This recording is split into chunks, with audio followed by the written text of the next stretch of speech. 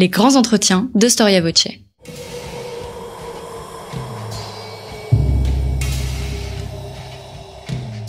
Une émission de la rédaction de Storia Voce.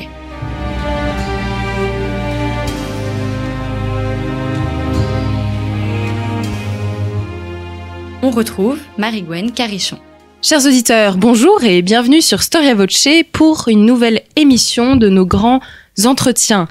Les raids vikings, on pense à une page d'histoire violente et traumatisante que les chroniques du IXe siècle nous dépeignent d'ailleurs, souvent avec effroi et terreur. Et pourtant, savez-vous, chers auditeurs, que ces raids vikings ont participé à la christianisation des pays du Nord, même si on trouve des traces de civilisation chrétienne dans ces pays scandinaves avant l'ère viking? Savez-vous qu'en termes d'évangélisation, les rois des pays nordiques ont été plus efficaces que les missionnaires? Je vous invite aujourd'hui, chers auditeurs, à découvrir le peuple viking, si on peut parler d'un peuple viking, mais la notion est bien entendu plus compliquée qu'elle n'en a l'air, et surtout à découvrir un peu comment cette ère viking s'est terminée par en fait la christianisation de ces pays scandinaves. Nous recevons aujourd'hui Stéphane Kovio, historien et spécialiste des mondes nordiques. Bonjour Stéphane Kovio. Bonjour Marie-Gwen. Alors, j'ai évoqué un terme un peu polémique au début de l'introduction, et puis vous dites dans votre introduction qu'il n'existe pas de peuple viking. Mais alors, de quoi parle votre ouvrage qui s'intitule La fin du monde viking et qui vient de paraître aux éditions Au Passé Composé? Alors, je vous rassure, il est bien question des vikings dans cet ouvrage, mais les historiens ont coutume désormais de ne plus utiliser forcément cette expression viking pour désigner une société qui est celle de la société nordique des 8e au 11e siècle. Parce qu'en fait, cette formule a tendance à donner l'image d'une société stable, uniforme sur l'ensemble du monde nordique. Elle laisserait imaginer qu'il y a un groupe social qu'on appelle les vikings dans cette société qui aurait une fonction particulière, brutale, vous l'avez rappelé. En réalité, c'est plus compliqué que ça, c'est une société mouvante et diverse. Alors on continue à parler de vikings, même si les spécialistes voudraient que l'on parle de Scandinavie ancienne, mais je crois que le terme est suffisamment couronné par la tradition pour qu'on continue à l'utiliser. Alors, quand apparaissent les vikings et surtout où ils habitent? Alors, le phénomène viking est daté par les historiens classiquement des années 793 à environ 1030-1050. Le point de départ classique, c'est l'attaque du monastère de Lindisfarne par des vikings venus de Norvège ou de Danemark. En 793, événement qui crée un traumatisme majeur. On a des textes horrifiés racontant ce pillage, des textes aussi de consolation, notamment textes d'Alcuin, qui marquent donc le point de départ, on va dire, classique de ce phénomène. En réalité, il existait avant des échanges entre les hommes du Nord et notamment l'Angleterre, déjà des violences, on a quelques exemples auparavant. Les vikings viennent de la Scandinavie, c'est-à-dire de l'ensemble constitué ultérieurement, en termes d'État, par le Danemark, la Norvège et la Suède. Et alors, vous avez donc écrit un ouvrage relativement conséquent donc sur ces vikings. Vous avez parlé d'échanges avec un petit peu l'Angleterre. Mais alors, quelles sont les sources aujourd'hui pour étudier ces personnes, ce peuple et cette civilisation? Ça, c'est la grande question et la grande difficulté pour celui qui s'attaque à cette histoire. Les sources pour connaître l'histoire du Nord sont extrêmement variées et toutes extrêmement difficiles. Il faut donc toutes les combiner. Alors, il y a évidemment des sources écrites, les annales, Franck, vous les évoquiez dans votre introduction, qui nous donnent une image très déformée de ces vikings comme d'abominables païens, on y reviendra éventuellement si vous le souhaitez. Il y a également des sources produites dans le Nord, mais souvent de manière très tardive, au XIe siècle dans le meilleur des cas, mais la plupart du temps au XIIe et au XIIIe siècle, c'est-à-dire des sources déformées par le prisme même de la christianisation et de l'intégration de ces peuples à l'Occident chrétien. Les sources littéraires, donc les sources écrites, sont utile, mais on ne peut pas fonder toute l'étude dessus. Il faut combiner ça avec l'étude des runes, ce qui n'est pas simple, avec l'étude également de l'archéologie. Et alors là, il faut savoir que depuis une trentaine d'années, il y a eu dans le Nord un nombre incalculable de fouilles qui sont venues complètement renouveler notre vision de cette société, de ses évolutions, et pour y revenir, des liens qu'elles entretenaient, ces sociétés, avec l'extérieur. Quelles sont les langues de ces sociétés? Alors, ces sociétés-là parlent à l'époque une langue qui est en train de se différencier, qui provient du germanique ancien et dont plusieurs familles apparaissent à l'intérieur. En fait, vous avez en gros deux grandes familles qui apparaissent, la famille des langues occidentales qui donne le norrois et le vieux norvégien, et puis des langues que l'on perçoit très mal, le vieux suédois et le vieux danois, on les perçoit très mal parce qu'on a très peu de textes écrits dans ces langues.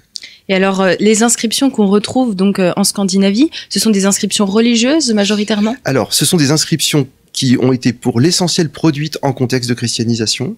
Certaines ont clairement font référence à des phénomènes religieux, d'autres non, mais le contexte permet d'imaginer qu'elles le sont, notamment parce que ce sont pour la plupart des inscriptions à caractère funéraire.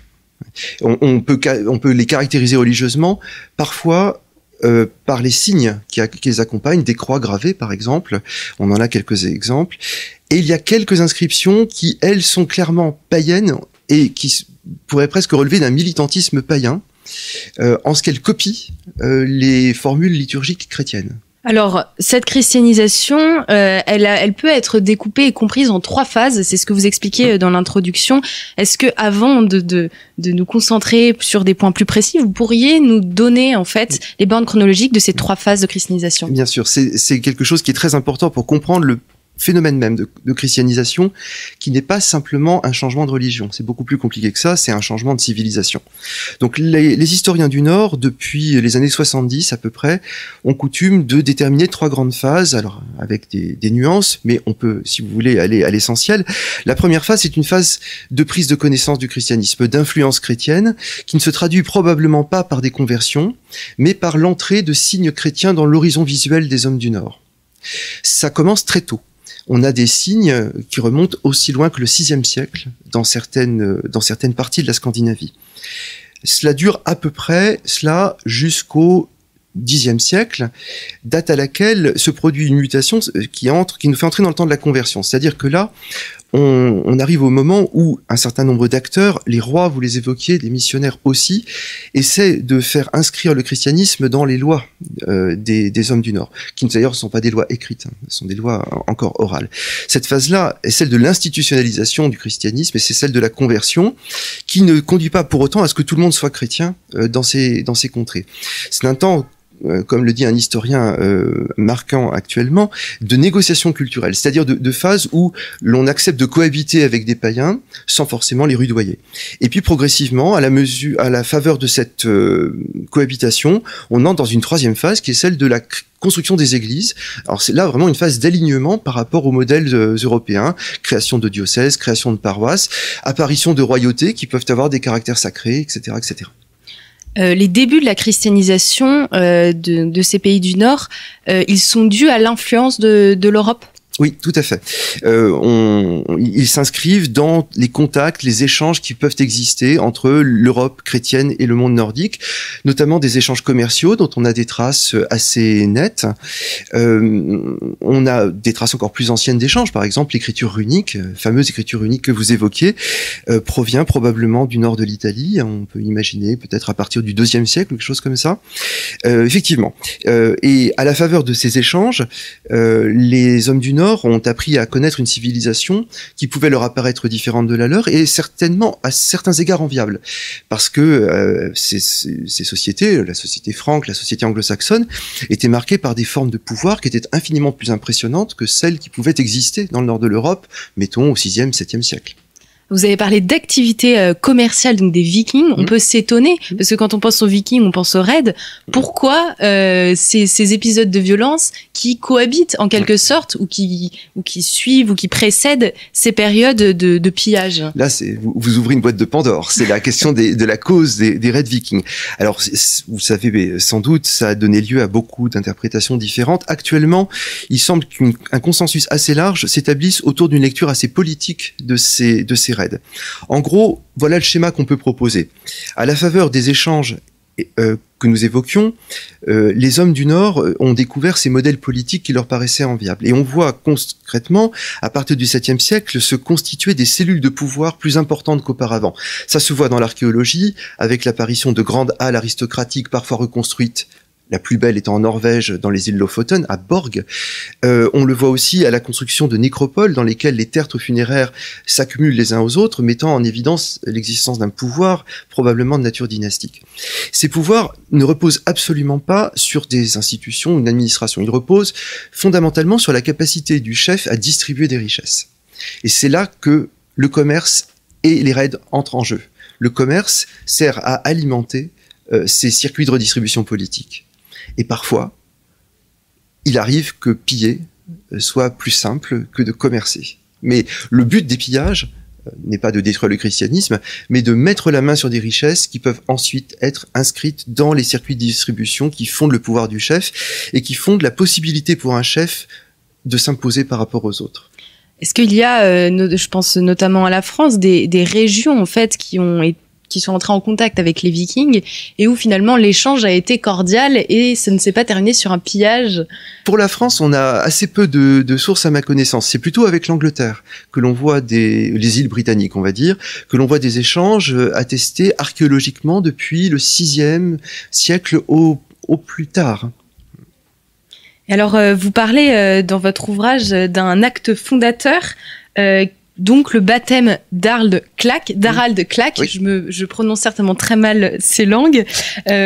Pourquoi est-ce que ce baptême est un acte fondateur pour les missions, comme vous dites, donc carolingiennes dans le Nord, et qui n'est pas en fait exclusivement religieux, c'est ce que vous l'expliquez, mais il a une dimension politique. Alors c'est effectivement un événement fondateur, on est en 826, à l'époque où les raids vikings ont commencé depuis une trentaine d'années, et où donc l'empereur Louis le Pieux, le successeur de Charlemagne, essaie de trouver une réponse à ces phénomènes, et il la trouve dans le christianisme, parce qu'il fait équivaloir le christianisme et la paix, ce qui est assez habituel.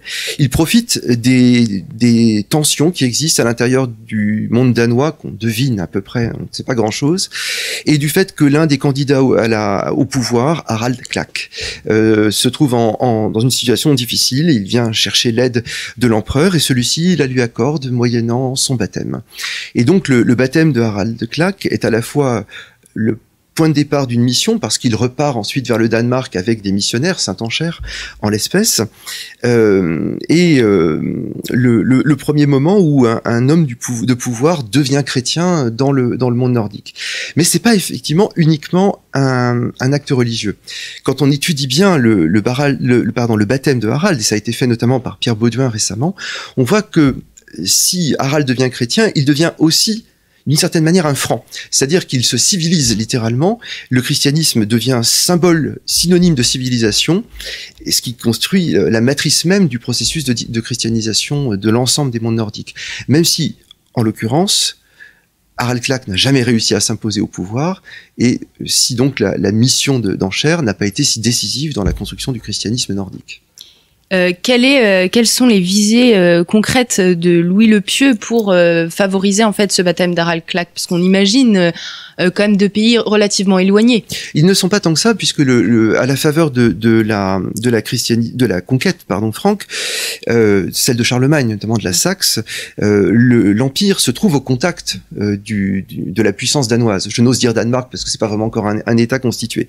Donc il faut protéger les frontières de cet ennemi qui est perçu comme dangereux. Pour Louis le Pieux, il y a sans doute des enjeux qui dépassent la simple question du Danemark. Convertir un prince étranger, c'est évidemment s'inscrire dans une grande tradition des princes qui produisent l'expansion du christianisme.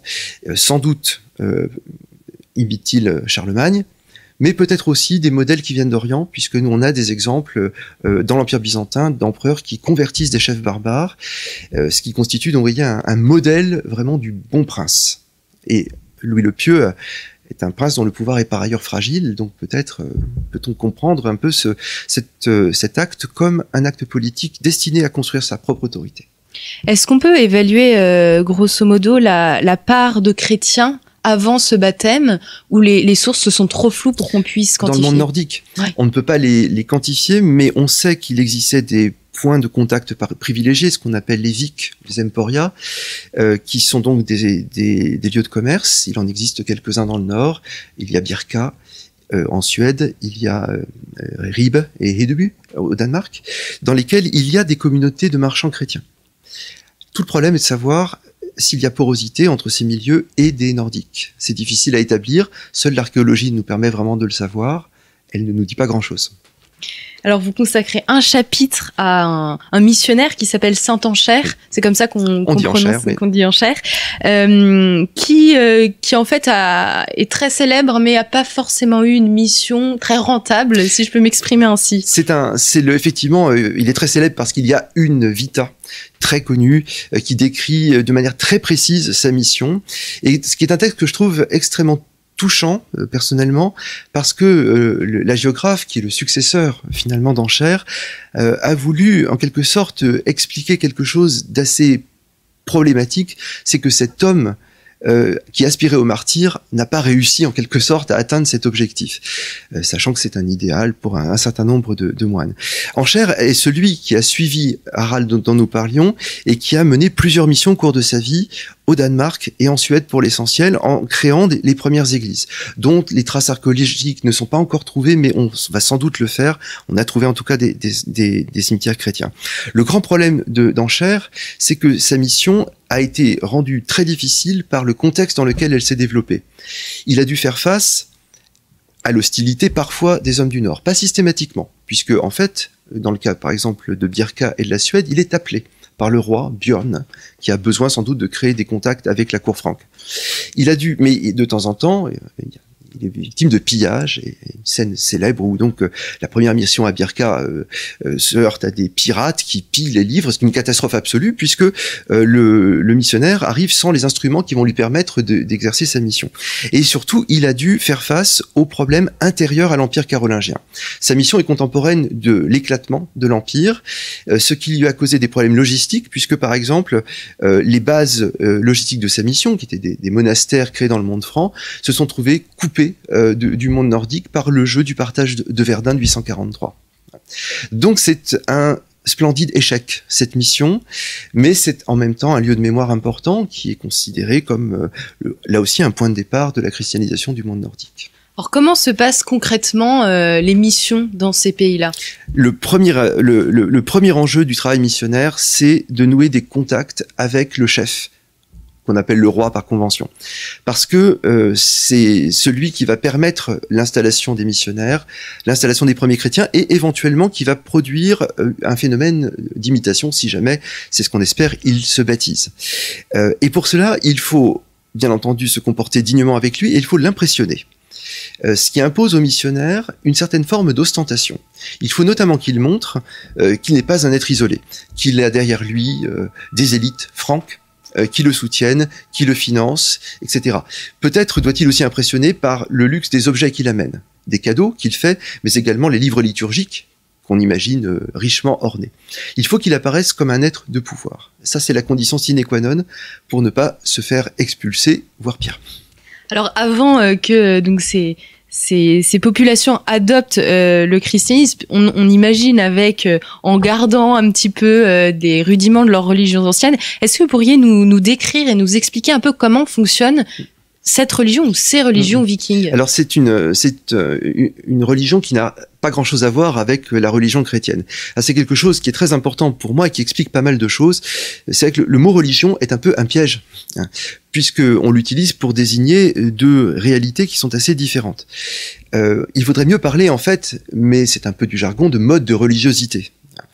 La religion des anciens Scandinaves n'est pas du tout une religion du dogme, pas une religion de la croyance. C'est une religion dans laquelle il y a des mythes explicatifs, comme les mythes grecs, qui servent en fait à rendre compte de l'organisation du monde, et essentiellement des rituels. C'est d'ailleurs essentiellement une religion de la pratique, la preuve en étant d'ailleurs qu'il n'y a pas de terme dans la langue norroise pour désigner la religion autre que le mot siður, qui veut dire la coutume, la pratique, l'usage, la tradition.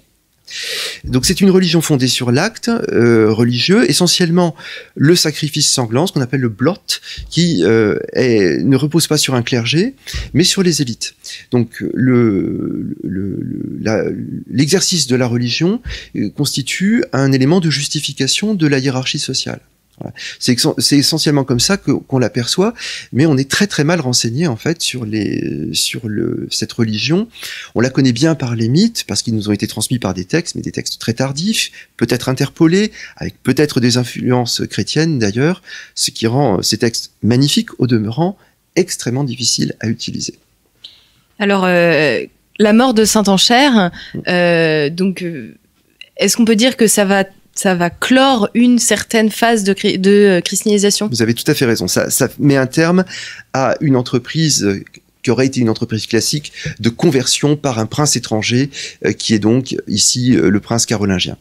Ce modèle-là, on ne le retrouve pas réellement par la suite, puisque ceux qui ont mené à terme la conversion des peuples, ce sont les rois du Nord eux-mêmes, quand il y en a, parce que pour le cas de l'Islande, évidemment, il n'y en a pas. Et alors, qu'est-ce qu'ils ont trouvé dans la religion chrétienne et peut-être plus globalement dans les civilisations chrétiennes qui les a intéressés, qui leur a trouvé pertinent de changer tout un mode de vie? Je suis intimement convaincu qu'au contact de pouvoirs forts comme le pouvoir impérial, le Saint-Empire, pour le roi de Danemark, ou les rois anglo-saxons pour les rois de Norvège, ces rois ont découvert un modèle politique qui était tout à fait conforme à leurs attentes. Il faut comprendre que l'époque de la christianisation du Nord est aussi celle de la construction de pouvoirs territorialisés. Je ne dis pas d'État non plus, parce que ça renvoie à autre chose, et que la christianisation, du coup, coïncide avec une forme d'unification des espaces politiques. Le christianisme qu'ils pouvaient admirer en Angleterre, en Normandie aussi, dans le Saint-Empire, était lié intrinsèquement à des réalités politiques qui leur apparaissaient infiniment supérieures en dignité et en puissance à celles qu'ils avaient eux-mêmes. Et donc, la christianisation, pour eux, est une manière de construire un pouvoir d'un type nouveau. On le voit très très bien, ça, dans le cas des rois de Norvège, qui, donc, Håkon le Bon le premier, Olaf Tryggvason, Olaf Haraldsson, Saint Olaf ensuite, ont tous vécu à un moment de leur vie à l'étranger. Håkon le Bon le premier a été élevé à la cour du roi anglo-saxon Æthelstan. On est à peu près vers 930-940. Olaf Tryggvason a été viking en Angleterre dans les années 990. Olaf Haraldsson, Saint Olaf, a lui aussi été un viking remarquable, et il a séjourné aussi quelques mois à la cour normande. Et notamment au moment où, à peu près un siècle après la naissance de la Normandie, après Rollon, se construit une histoire officielle de la Normandie, sous la plume de Dudon de Saint-Quentin, qui établit d'une manière très claire une équation entre le christianisme, le baptême, et le triomphe politique. Et tout ça, évidemment, structure des ambitions et explique que la christianisation soit allée de pair avec l'unification des royaumes, ou bien la construction de pouvoirs forts, comme c'est le cas au Danemark en particulier.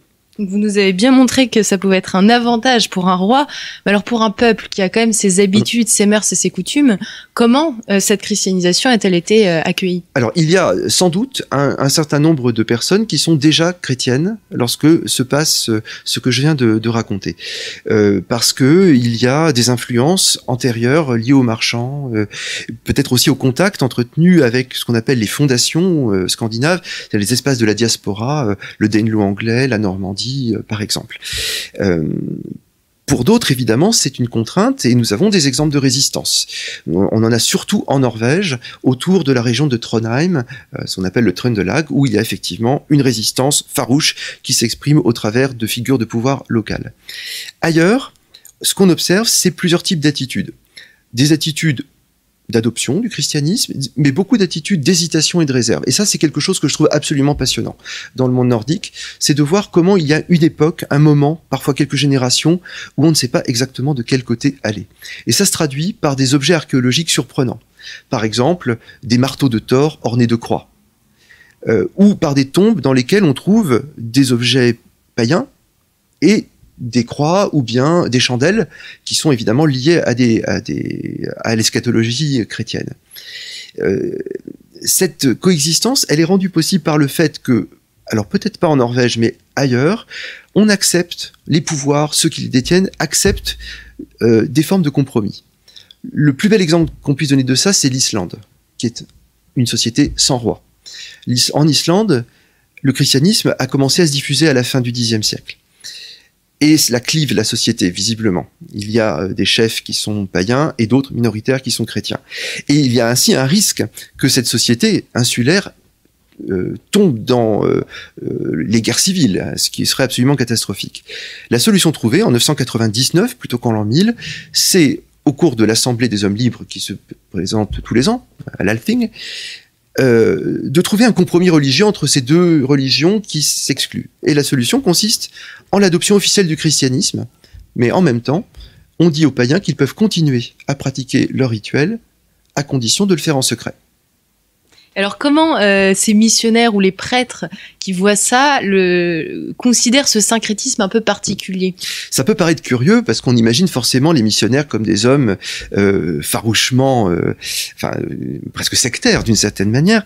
En réalité, beaucoup de missionnaires sont, on peut dire, tributaires d'une culture religieuse, d'une culture missiologique qui était forgée pendant le premier millénaire et dans laquelle il y a un souci constant de pragmatisme. Il y a des racines à cela, notamment Grégoire le Grand, qui est à l'origine de l'évangélisation du monde anglo-saxon. Et cette culture, elle privilégie une forme de pragmatisme, disais-je, qui consiste à dire qu'il ne faut pas aller trop vite, il ne faut pas heurter de front les gens, il faut en fait accepter une certaine forme de transition entre le paganisme et le christianisme.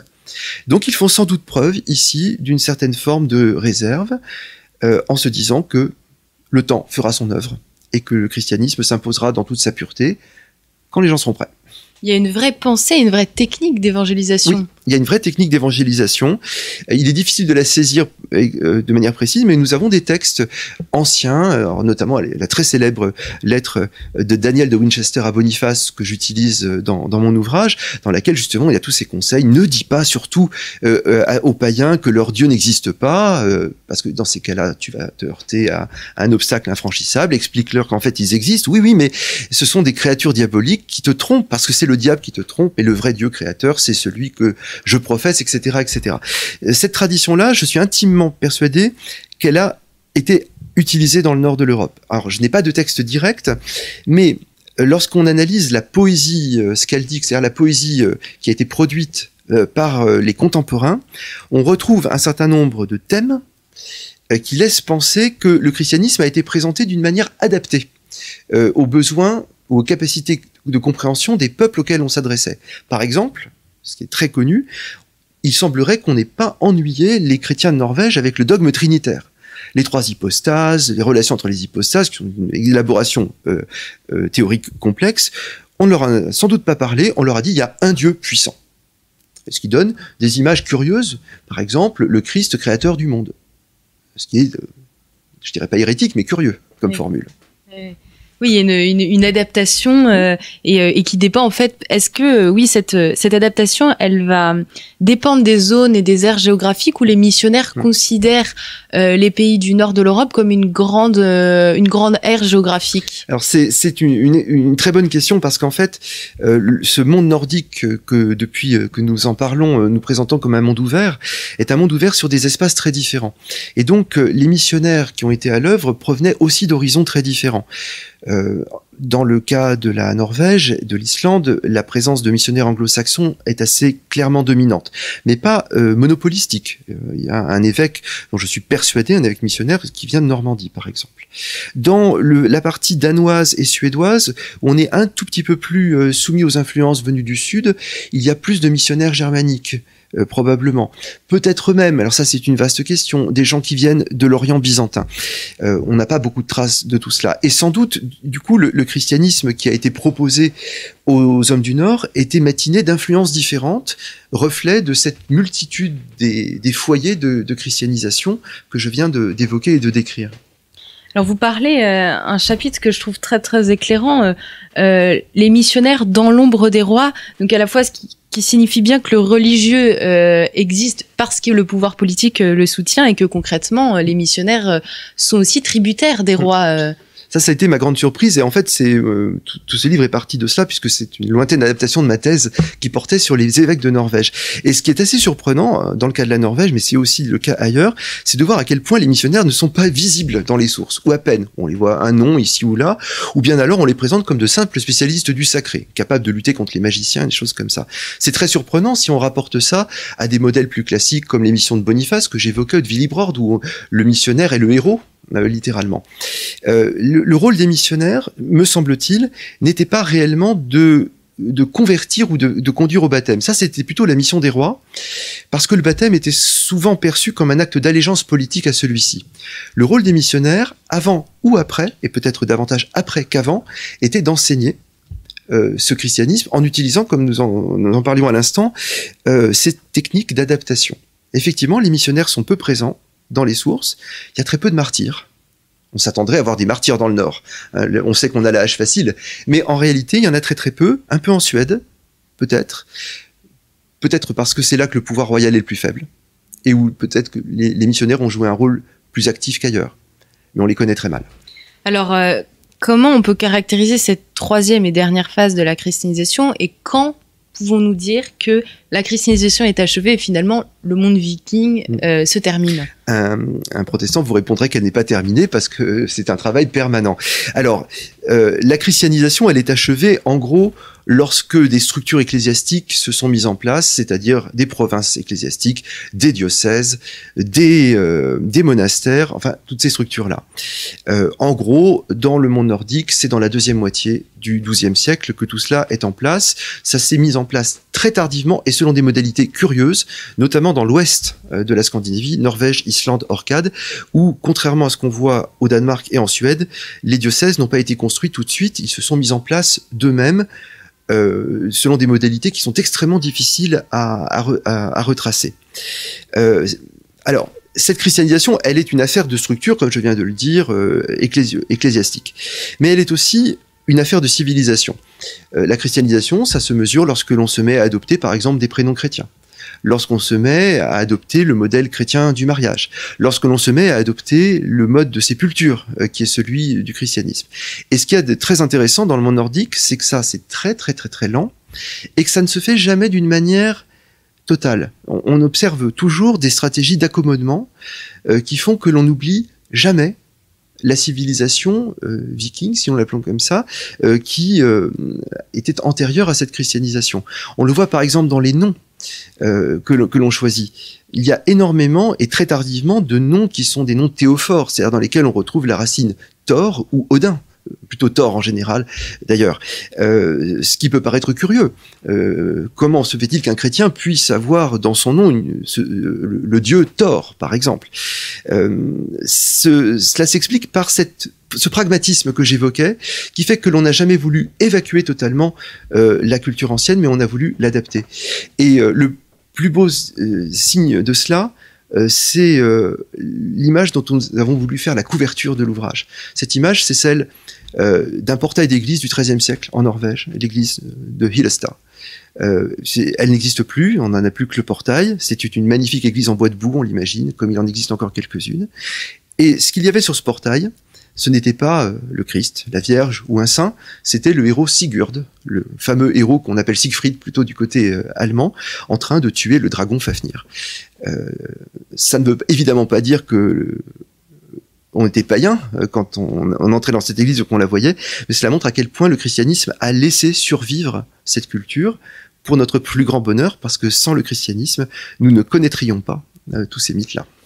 Et tout comme les chrétiens en France ont considéré un peu ces raids vikings comme des signes avant-coureurs de l'apocalypse, on est dans une civilisation qui pense beaucoup aux fins dernières. Est-ce que cette religion a aussi réinterprété et vu certains éléments de des religions nordiques comme des signes avant-coureurs ou des prémices de cette christianisation? Effectivement, dans ce processus d'adaptation que je décris et qui est au cœur de l'ouvrage, il y a eu tout un ensemble de réinterprétations de la culture nordique ancienne, de manière à justement créer ces ponts qui permettaient une acclimatation aussi harmonieuse que possible du christianisme. Et sans doute, la pensée des fins dernières, comme vous venez de le dire, a-t-elle été l'un de ces ponts? Dans la religion nordique ancienne, dans les mythes anciens, il y a l'idée d'une fin du monde. D'où le titre. Ce qu'on appelle le Ragnarök. Wagner en a fait le crépuscule des dieux, mais c'est une vision évidemment très particulière. Il me semble que ce mythe a fait l'objet d'une réinterprétation chrétienne qui permet d'acclimater l'idée du jugement dernier et l'idée d'apocalypse. Il est assez possible également, aussi étrange que ça puisse paraître, que des figures divines comme Thor aussi aient fait l'objet de cette réinterprétation. Il semblerait que Thor ait été souvent réinterprété comme une sorte de Christ. C'est rendu possible par des parentés de récits, par des parentés narratives, mais c'est aussi rendu possible par la manière de penser des hommes d'église, ce qu'on appelle la lecture typologique, propre au texte sacré, qui permet de voir l'Ancien Testament comme la préfiguration du Nouveau, et donc le passé comme la préfiguration de ce qui existe et de ce qui va exister. Et alors, certains vikings vont tellement bien s'adapter et adopter cette religion qu'ils vont finir par être béatifiés. Oui. Donc, le pape à Rome va en entendre parler. Qui sont ces grands saints vikings ? Alors, il y a effectivement une sainteté nordique qui se construit à la fin de l'époque viking. Le tout premier, alors, on peut en discuter, mais le tout premier, c'est essentiellement Olaf Haraldsson, roi de Norvège, Saint Olaf, depuis sa mort en 1030. C'est celui qui a inscrit le christianisme dans la loi du royaume, 1022-1024, vraisemblablement. Celui qui a essayé d'unifier le royaume, qui n'a pas réussi, il s'est fait chasser par le roi de Danemark et une partie de ses sujets, il est revenu pour le reconquérir, il est mort à ce moment-là, et les hommes d'église qui constituaient son entourage, notamment un évêque anglo-saxon qui s'appelle Grimkel, qui est sans doute d'ailleurs à la fois anglo-saxon et scandinave, avait vu son nom, a construit cette mort en martyr. Et c'est de là que naît le culte du Saint-Roi, qui est devenu ensuite un instrument de la construction même du royaume de Norvège. La royauté nordique, la sainteté nordique est d'abord et avant tout une sainteté royale. Est-ce qu'on peut dire une sainteté qui se base sur des qualités politiques également ? Elle se construit surtout en fait sur le martyr. Le martyr qui est ici une manière de dire en fait que, en l'occurrence la Norvège, est entrée dans l'Occident. Elle produit enfin elle-même des martyrs. C'est la mort en fait d'Olaf qui crée sa sainteté. Ensuite, évidemment, au fil du temps, mais ça c'est vrai pour n'importe quel saint, cette sainteté a été en permanence réécrite en fonction des besoins des sociétés. Et ça se mesure surtout à la fin de la période que je traite, au XIIe siècle, où on voit Olaf Haraldsson devenir autre chose qu'un guerrier viking mourant en martyr, un modèle de bon roi, roi justicier, roi législateur, etc. Mais ça, c'est parce qu'on en a besoin dans la deuxième moitié du XIIe siècle. Oui, à partir de la christianisation, est-ce que les Francs notamment perçoivent les Vikings comme en fait un peuple civilisé, alors qu'avant ils les voyaient exclusivement comme des barbares ? Tout à fait, la christianisation c'est une domestication en quelque sorte et un phénomène de civilisation.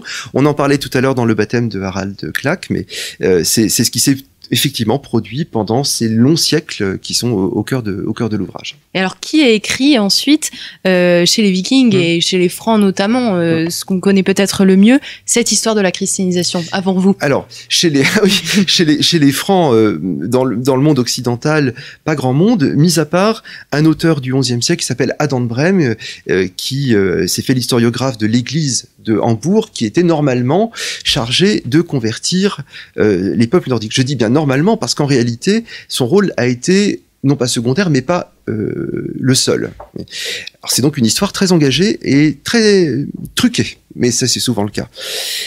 Ensuite, ceux qui ont écrit la christianisation, l'histoire de la christianisation, ce sont les descendants des Vikings, justement, et notamment dans l'ouest de la Norvège, dans l'ouest de la Scandinavie, en Norvège et en Islande, les auteurs des sagas. Et là, nous sommes au XIIe siècle et au XIIIe siècle. Le maître absolu du genre, c'est Snorri Sturluson, le grand écrivain du XIIIe siècle, qui écrit une histoire, évidemment, mais il l'écrit pour un public du XIIIe siècle. Il l'écrit avec sa culture, qui est celle d'un homme qui connaît très très bien les auteurs antiques, qui connaît très bien la géographie, qui connaît aussi très bien la littérature courtoise. Autant vous dire donc qu'il ne faut surtout pas prendre ces textes au pied de la lettre. Mais comme un beau roman pour égayer des soirées. Ah, mais c'était fait pour ça. Ce sont des œuvres qui sont vouées au divertissement. L'historien doit les utiliser. Il ne doit pas les négliger au prétexte qu'elles seraient retravaillées. Mais il doit faire très attention à ce qui est écrit dedans, repérer les modèles, comprendre finalement ce qui a motivé l'écriture même des textes. Alors on sait que le peuple viking a été fantasmé, réutilisé pour des causes nationalistes ou autres. Est-ce que certains peuples ont voulu revenir un peu aux fondamentaux vikings en reniant cette christianisation et essayer de s'inspirer de cette civilisation qui était là avant la christianisation? Oui, il y a effectivement un mouvement qui existe toujours de néopaganisme dans les pays du Nord où l'on essaie effectivement de faire revivre, mais en s'en faisant sans doute une idée très particulière, ce temps antérieur à la christianisation. Effectivement, ça existe dans tous les pays du Nord. Je crois qu'il existe encore, il y a un grand prêtre Dredin quelque part, je ne sais pas où il est, mais il existe. Oui, donc c'est mine de rien, ces mythes vikings, ils sont encore vivants et ils intéressent encore. Ils ont une, comme les mythes grecs d'une certaine manière, ils ont une capacité d'évocation qui fait qu'on les réemploie sans cesse dans tout un ensemble de choses. Alors sans parler de récupération nauséabonde, comme il y en a eu au XXe siècle, bien entendu, on pense à la série Viking par exemple, qui manifeste la capacité d'évocation de ce monde, de cet imaginaire. C'est sans doute là aussi une construction imaginaire, mais ce n'est pas à rejeter. Bien sûr, la fiction n'a pas pour mission de faire l'histoire. Alors, est-ce qu'on peut parler, à la fin de cette christianisation, d'une identité viking et jusqu'où elle s'étend, cette identité viking? Alors, il y a effectivement à la faveur de la christianisation, une tentative d'écriture de l'histoire viking qui se construit précisément dans ces sagas dont je parlais. Ça constitue effectivement une forme d'identité qui consiste à dire en fait que l'on est une partie de l'Europe, mais qu'on fait partie intégrante également de cette Europe. Le christianisme a permis aux hommes du Nord de se présenter comme faisant partie intégrante de l'Occident chrétien. Il y a des textes magnifiques là-dessus qu'on connaît mal, parce que ce ne sont pas des sagas pour le coup, ce sont des textes latins, notamment un que j'ai bien l'intention de traduire, qui date de la fin du XIIe siècle, Theodoricus Monachus, l'histoire des anciens rois de Norvège, qui est une histoire de ces rois, comme son titre l'indique, et dans lequel l'auteur, semble-t-il de manière un peu erratique, fait tout un tas de digressions, où tout d'un coup il vous explique qu'il revient à Homère, et puis à Lucain, et puis à d'autres auteurs antiques. Ces digressions sont en fait un discours essentiel qui consiste à dire que l'histoire du Nord, c'est en fait une partie particulière de l'histoire du monde. Donc nous faisons partie de l'Occident. Nous sommes chrétiens, nous faisons partie de l'Occident. Merci beaucoup, à vous. Stéphane Covio. Je rappelle le titre de votre ouvrage, Vous n'avez pas tout dit. Il en reste encore plein à découvrir. Donc La fin du monde viking, qui est paru aux éditions Passé Composé en octobre 2019. Merci beaucoup, chers auditeurs, pour votre écoute et votre fidélité. Et à très bientôt pour une nouvelle édition de nos grands entretiens.